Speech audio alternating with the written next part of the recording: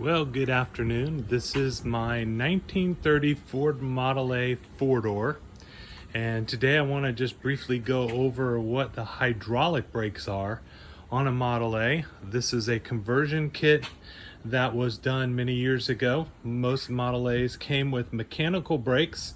This one, for some reason, was modified.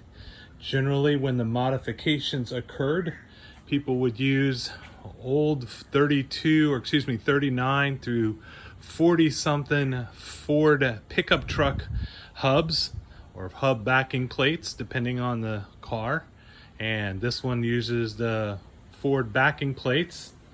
The rear wheels have actually older Ford hubs on them.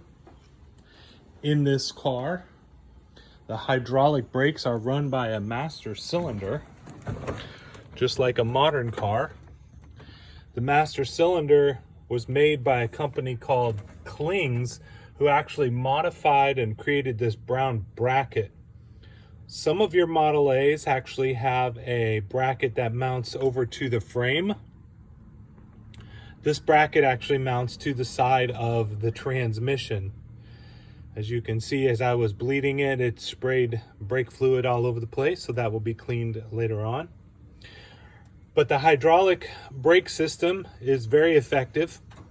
It connects in much of the similar way. We've got our master cylinder connected down here. At the bottom down here is a hose with a banjo fitting that connects under the car that splits to the front and to the rear of the car.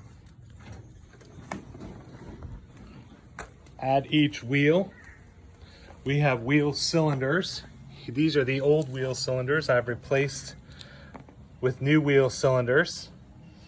You can repair these cylinders, but for 30 bucks each, it was just as easy to buy new ones as it was to spend $15 and repair them, because these, as you can see, are pretty worn down, pretty rusted.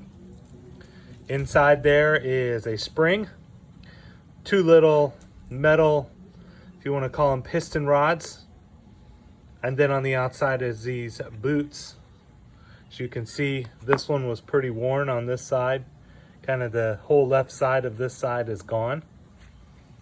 These connect to your brake shoes, and then when you press the brake, the fluid goes in and it pushes the cylinder out, which presses your brake shoes. Here is the old master cylinder. It is actually a modified, from what I found, a racing model cylinder.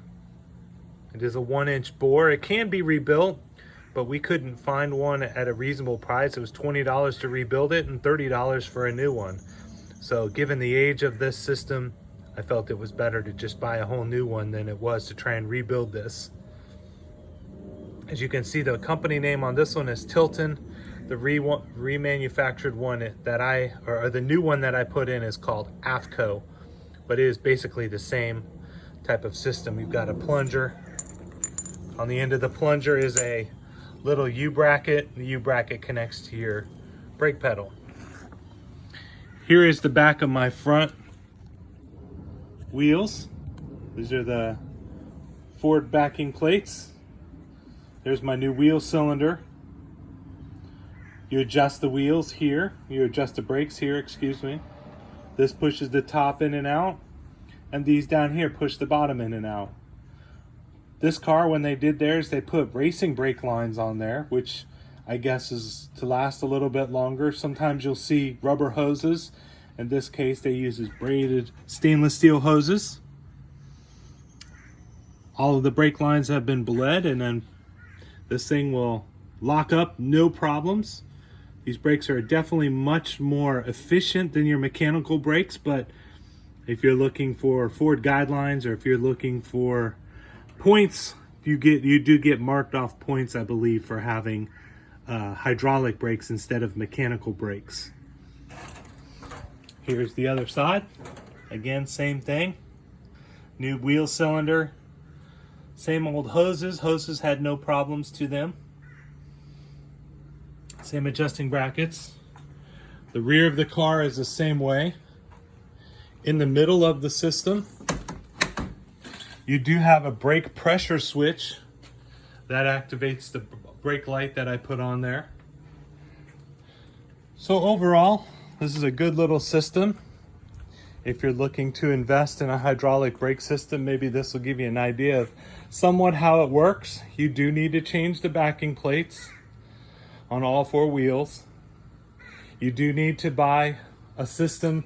There are systems that are out there for quite a bit of money, or you can, if you're lucky, find an old pickup truck that's not too dilapidated and maybe modify and make one yourself. I do recommend, if you are traveling, this is a nice safety feature compared to mechanical, but again, mechanicals work just as well. They've worked for almost 100 years. There's no reason they should not work now. But for some reason, this car modified theirs. And if you do have any questions, please put it in the comments below. Thanks so much.